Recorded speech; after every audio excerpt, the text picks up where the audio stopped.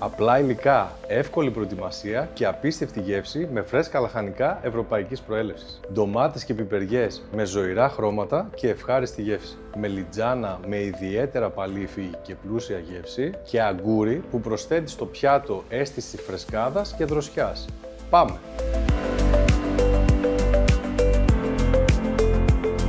Κόβουμε τις πιπεριές, τη μελιτζάνα και το κρεμμύδι. Τα μαρινάρουμε με τα μπαχαρικά και το ελαιόλαδο. Τα ψήνουμε στους 180 βαθμούς της αντιστάσης για περίπου 20 λεπτά. Προσθέτουμε την ντομάτα τριμμένη, λίγο νερό και ανακατεύουμε. Ψήνουμε για περίπου 40 λεπτά ακόμη μέχρι να ροδίσουν όλα τα λαχανικά. Όσο περιμένουμε, ετοιμάζουμε το τζατζίκι. Τρίβουμε το αγκούρι και το αλατίζουμε να βγάλει τα υγρά του. Στίβουμε το αγκούρι, προσθέτουμε το σκόρδο, τον άνηθο και τα υπόλοιπα υλικά. Σερβίρουμε με ψιλοκομμένο μαϊδανό, τζατζίκι και φρέσκο ελαιόλαδο.